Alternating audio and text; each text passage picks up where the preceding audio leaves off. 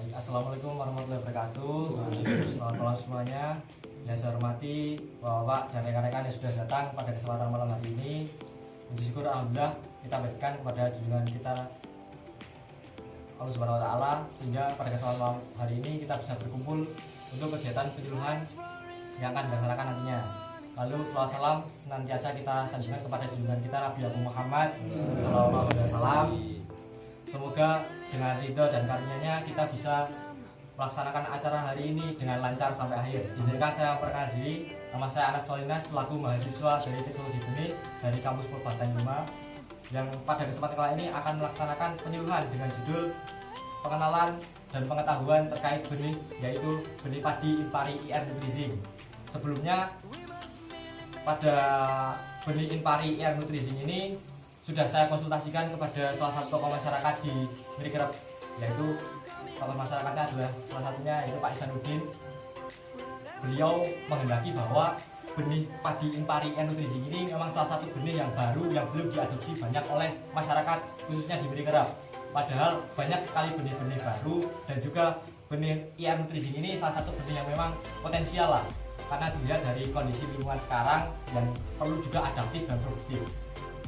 Mungkin dari masyarakat kita masih banyak menggunakan benih-benih lama seperti IR64 ataupun IR32 yang memang salah satu benih lama, dan juga dengan Inpari IR Nutrizing ini perlulah dilakukan adopsi baru. Maka dari itu Inpari IR Nutrizing pada kesempatan kali ini akan dipaparkan dan juga akan diberikan pemahaman yang mungkin mendasar, tidak langsung secara teknis tapi hanya sebatas pemahaman dan juga pengetahuan. Jadi saya selaku pemateri, mungkin sebelum memulai acara kali ini alangkah baiknya kita membaca basmalah bersama-sama agar acara kali ini bisa lancar sampai akhir. Jadi saya selaku pemateri pada kali ini ingin membagikan sebuah kuesioner ataupun tes yang akan memperhitungkan terkait pengetahuan dan juga pengenalan dari Bapak panjenengan pada malam hari ini. Lalu untuk pertanyaan kali ini nanti untuk menjawabnya kan ada poin A, B, C, dan D.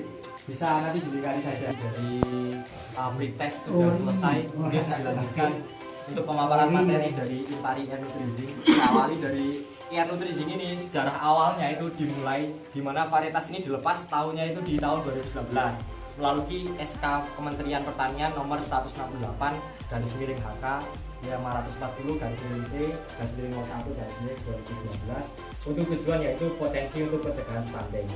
Jadi awalnya gini Pak, pembuatan Nutrizing ini awalnya dilihat karena Indonesia itu banyak kasus stunting di Indonesia dimulai di tahun-tahun kebelakang sebelum 2019. Nah, dibuatlah sama Kementerian Pertanian dengan kolaborasi Kementerian Kesehatan dibuat yang namanya IR Nutrizing, di mana nama Nutrizing ini sebenarnya zing yang berarti nutrisi. Lalu dengan ciri utama bisa dilihat di gambar ini mungkin ya. Dari penampakan gambar mungkin seperti itu bagi bapak yang dereng pernah preso. Dengan ciri utama yang pertama, karena namanya ada Nutrizing berarti kadar ZN tinggi dibandingkan dengan varietas lain, mungkin bisa dibandingkan dengan IR64 dan IR32. Lalu umur panennya genjah, kalau di deskripsi varietasnya sekitar 115 hari umurnya, panennya genjah 115 hari. Untuk tinggi tanamannya sekitar 95 cm. Rata-rata hasil panen per hektarnya itu di angka 6,21 ton, tapi potensi maksimalnya bisa sampai 99,98. Nah, ini potensi maksimal seperti ini memang bisa dibilang susah nih. Paling rata-ratanya di 6,62 ini per ton. Ibaratnya nek sak patoke nggih 2.500-an nggih tinggal dikurangi mawon paling sekitar 1000-an lah, paling 2000 atau berapa ton sak patoke. Lalu untuk ukuran gabahnya dari gambar itu sama, yaitu gabah ramping warnanya kuning jerami. Kelihatan kalih tekstur beras pulen berwarna putih. Ini menurut deskripsi varietas yang dikeluarkan oleh Kementerian Pertanian.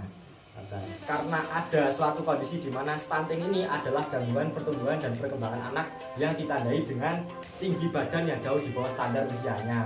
Mungkin bisa dilihat di lingkungan sekitar kita masih banyak mungkin anak-anak yang kalau dibandingkan dengan usia-usia seperti 5 sampai 10 tahun atau 12 tahun ke atas itu kok beda tingginya. Itu karena apa? Jadi faktornya itu beberapa. Yang pertama itu dari gen orang tua bisa, tapi faktor yang paling besar itu dari nutrisi. Maka dari itu memang sampai dari dulu sampai sekarang masih banyak lah kasus nutrisi di Indonesia itu masih kurang.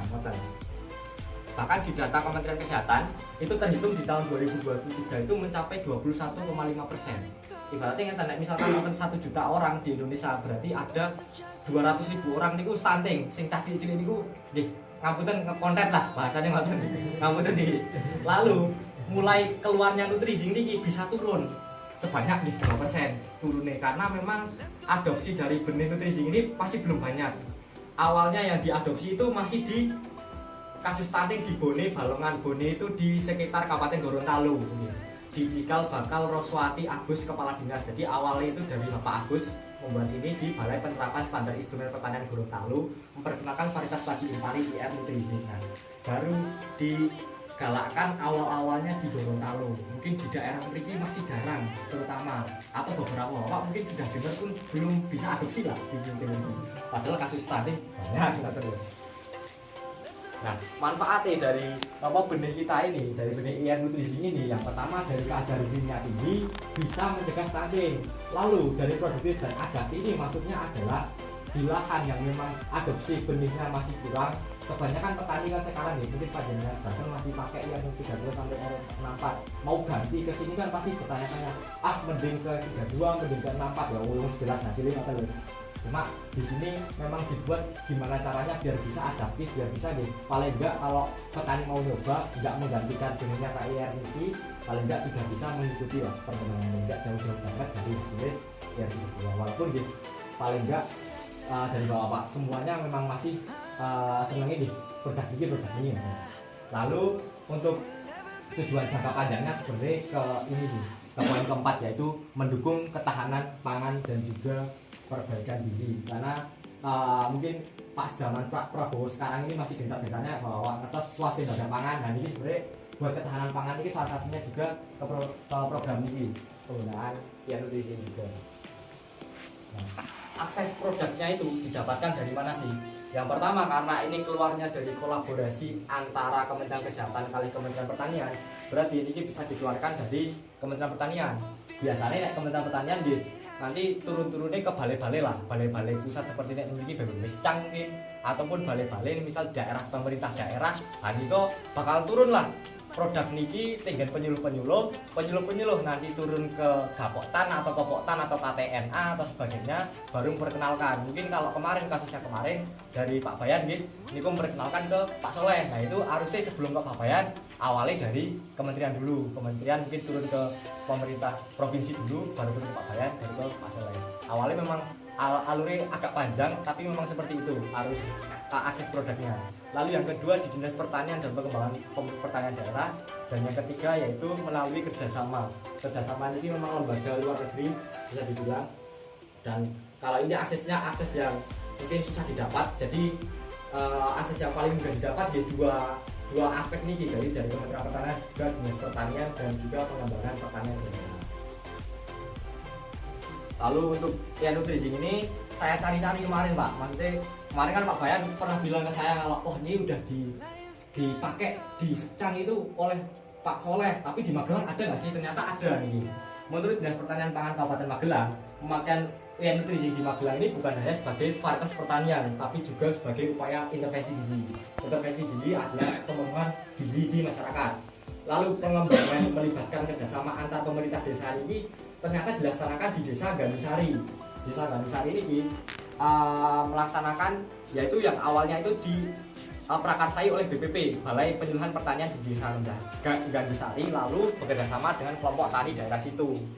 Nah, Dinas Kesehatannya juga ikut, karena memang ini kan kolaborasinya tidak cuma dari Kementerian Pertanian, tapi juga ada Kementerian Kesehatan. Maka dari itu Kementerian Kesehatan juga ikutlah di sini agar nanti istilahnya kalau kita lihat hasil dari lapangannya nanti benihnya sudah jadi, kan nanti bakal persebarannya beras segala macam dari Kementerian Kesehatan. Mungkin makanya lalu hasilnya itu menyatakan bahwa penanganan stunting di Magelang yang melibatkan berbagai sektor termasuk produksi tinggi menunjang penurunan angka stunting secara luas.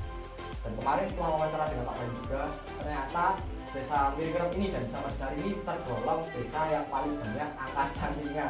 Ini kemarin Pak Bayu matur, Mas, kalau misalkan jenengan mau ngangkat sebuah penyuluhan, ya paling enggak ke petani untuk ngaroki lah, paling enggak ngaroki ke petani Ini soalnya angka stunting di Militer khususnya di Batu Sari juga itu paling gede. Saat kecamatan Stang itu paling gede katanya gitu.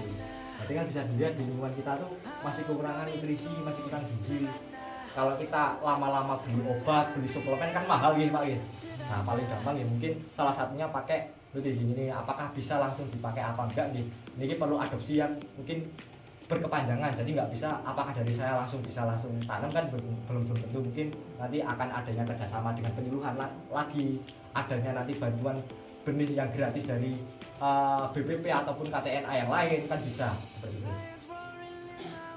Nah ini harapan yang dari IA Nutrisi ini yang pertama yaitu dari gambar dari produk ini bisa terjadi yaitu kolaborasi yang terjadi ya, harapannya bukan dari petani sendiri tapi harapannya dari saya juga dari panjenengan juga semoga dari BPP ataupun dari KTNA ataupun dari Gapoktan semua juga terlibat. Bahkan kalau bisa dari dinas kesehatan ataupun dari pemerintah daerah juga terlibat. Dua hal yang tercapai, yang pertama yaitu di gambar utama yang di atas adalah terkait panen raya. Panen raya ini bisa menyebabkan ketahanan pangan di Indonesia lebih berdampak. Lalu yang kedua, angka stunting khususnya di Desa Marsari atau di Kabupaten Stang mungkin bisa menurun lah, bisa dikurangi dan juga bisa diselesaikan. Walaupun yang namanya angka penurunan stunting itu tidak bisa diselesaikan 0%, paling enggak kan ada penurunan signifikan yang memang berdampak dari pemakaian benih ini. Lalu kesimpulan daripada pemaparan tadi, yang pertama adalah Impari IA Nutrisi merupakan varietas padi sawah unggul hasil bioversifikasi dengan kandungan zinc lebih tinggi. Produktivitasnya terkenal baik dan juga adaptasinya bisa luas. Lalu varietas ini berperan strategis dalam pencegahan kekurangan zinc dan juga stunting. Terbukti pada implementasinya di Kabupaten Magelang, tadi di Desa Gandusari. Lalu untuk dukungan pemerintah dan juga peran kelompok tani sangat diperlukan untuk mendorong pemanfaatan benih secara luas. Sehingga harus ada kolaborasi mungkin ya nantinya kalau harapannya kita semua mungkin bisa terjadi lah dengan BPP, dengan KTNA itu bisa saling raket untuk gimana caranya adopsi benih baru ini bisa tercapai. Jadi mungkin itu pemaparan dari materi tadi. Bila ada pertanyaan dari panjenengan terkait materi tadi mungkin bisa ditanyakan, ada yang kurang-kurang atau apa mungkin bisa diklarifikasi. Dari saya cukup, terima kasih. Ya, ini tadi mengenai dengan varietas yang baru ini dicarakan kepada petani supaya untuk budidaya varietas terbaru ini. Bagaimana petani juga mengharapkan income yang baik juga. Terus bagaimana cara pemasaran padi jenis yang baru ini? Sementara petani menanam jenis baru itu, tapi solusi untuk pemasarannya belum ada, juga susah. Bagaimana kita mau produksi sedangkan pemasaran belum tahu atau belum ada yang bisa menampung jenis varietas padi nutrisi ini. Terima kasih. Terkait pemasaran ya Pak, memang salah satu masalah dari adopsi petani itu gimana caranya ada varietas yang dulu memang ditanam tiba-tiba digantikan oleh varietas yang ujuk-ujuk keluar. Terus permasalahannya, wah petani gimana jualnya, aman nggak harganya kan toh? Ya jelas. Itu salah satu yang memang sudah terjadi di nggak cuma padi sih, kebanyakan di produk-produk yang lain yang saya temui juga ya, antara timun, cabai atau sebagainya. Nah, peran serta dari ini tentunya kalau dari saya ya Pak, jawaban untuk sementara ini karena dari awal itu nutrisi kan memang produk dari Kementerian Pertanian toh. Perlu dilakukan yang namanya kerjasama sih Pak harusnya. Kalau kemarin saya wawancara dengan Pak Bayan lah terutama, mungkin dari Kementerian Pertanian atau dari Balai pasti harusnya ada lah untuk membuka pemasarannya arahnya mau kemana. Karena kalau petani tanam tok nggak bisa kejual, bingung juga. Ya, kalau dari saya mungkin ya antara saya bisa menyampaikan kembali ke Pak Bayan atau bagaimana mungkin bisa saya sampaikan terkait pemasaran. Kecamatan itu ada satu tempat lah yang khusus mau ya, menerima jenis padi ini. Jadi petani yang menanam jenis padi itu pun nggak susah, aman. Oh saya nanam jenis padi ini, jadi saya jual ke sana. Dengan pupuk yang organik, hasilnya jauh lebih bagus. Iya. Adopsi pupuk organik juga salah satunya memang perlu lah Dimana sekarang kok banyaknya petani-petani masih kimia, adopsi pupuk organik juga nggak banyak orang yang tahu. Dimana petani-petani mungkin tertentu yang tahu ya. Mungkin hal ini salah satunya saran dari Pak Wahadi ini bagus lah, bisa disampaikan mungkin gitu. Insya Allah saya sampaikan mungkin ke Pak Bayan atau apapun lah nanti yang terkait gimana manfaatan dari tengkulak khusus yang bisa nanti disampaikan ketika ada orang atau mengadopsi petani ini masih benih baru ini, sehingga nanti nggak takut untuk gimana caranya pemasarannya, income-nya juga aman terutama gitu Pak. Jadi harus ada tengkulak lain, tengkulak khusus. Tengkulak khusus harganya pun harus beda sama yang varietas lain. Ini harganya bodoh. Ngapain nanti gue? Per kilo ini podo aja kan mending sing sak gelengi. Iya. Dengan harga yang memang khusus lah.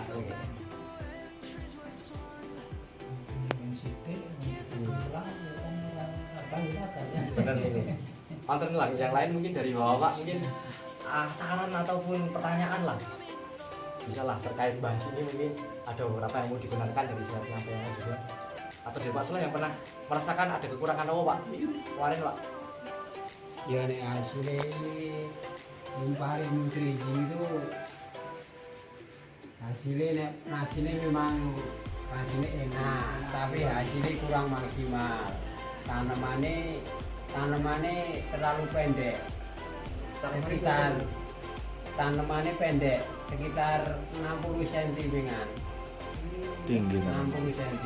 Berarti deskripsi varietas ini kan 95 ini kok pas diterapkan di lapangan malah dari sakit nih 95 tetap malah cedek ada. Betul sakit untuk 95 tetap paling 60 cm. Mungkin kalau faktor tanah ya pengaruh dengan jenis padi kan. Kalau faktor air, faktor air kurang air pas musim kemarau Pak Sule. Kalau ini sebenarnya ngaruh nitrogen begitu pari wis merunduk itu harus banyak dikeringkan dari Pak Bayan, harus banyak dikeringkan, jangan dikebong air. Nah dikebong air hasilnya kurang bagus. Berarti intinya di diskusi kali ini itu gimana caranya kalau kita mau adopsi terkait impari air nutrisi ini harus bisa memastikan gimana caranya pemasarannya lah. Dinas terkait itu ya. Dinas terkait. Iya, kalau kondisi tanah sebagainya. Karena yang terjadi di Pak Soleh ini ternyata dari tanamannya itu terlihat di tinggi tanamannya di varietas itu 95 cm, tapi di lapangan ternyata 60 cm. 60 cm. Dan ternyata ada ciri khas khusus di mana metode tanamnya juga tidak suka air, lebih suka tanaman yang memang kurang air gitu Pak. Agar hasilnya tidak terlalu banyak. Nek padi wis merunduk ini harus kering ke wamane diairi, nek wis diairi engko lebare gua bisa meneh. Ini salah satu kegiatan penyuluhan ya, bagusnya seperti ini. Jadi ketika pemaparan materinya sudah selesai, bisa tahu dari petani itu yang dirasakan bagaimana. Kalau setelah materi dan juga diskusi tadi sudah dilaksanakan, mungkin bisa dilaksanakan yaitu post test atau tes kedua. Tesnya masih sama soalnya seperti tadi, mungkin bisa dilaksanakan lagi apa-apa yang tadi mungkin belum diketahui oleh Bapak, oleh panjenengan yang sudah hadir. Dari pemaparan materi tadi mungkin bisa lebih tahu lah, jadi jawabnya bisa lebih benar lah.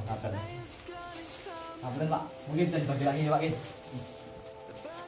Nah kali ini terima kasih pada Bapak dan rekan-rekan yang sudah hadir menyempatkan waktunya mendengarkan penyampaian materi dan juga bisa berdiskusi langsung terkait saran dan juga masukan, bahkan terkait pengalaman pribadi secara langsung. Itu bagus sekali untuk peningkatan dari hasil produk ini.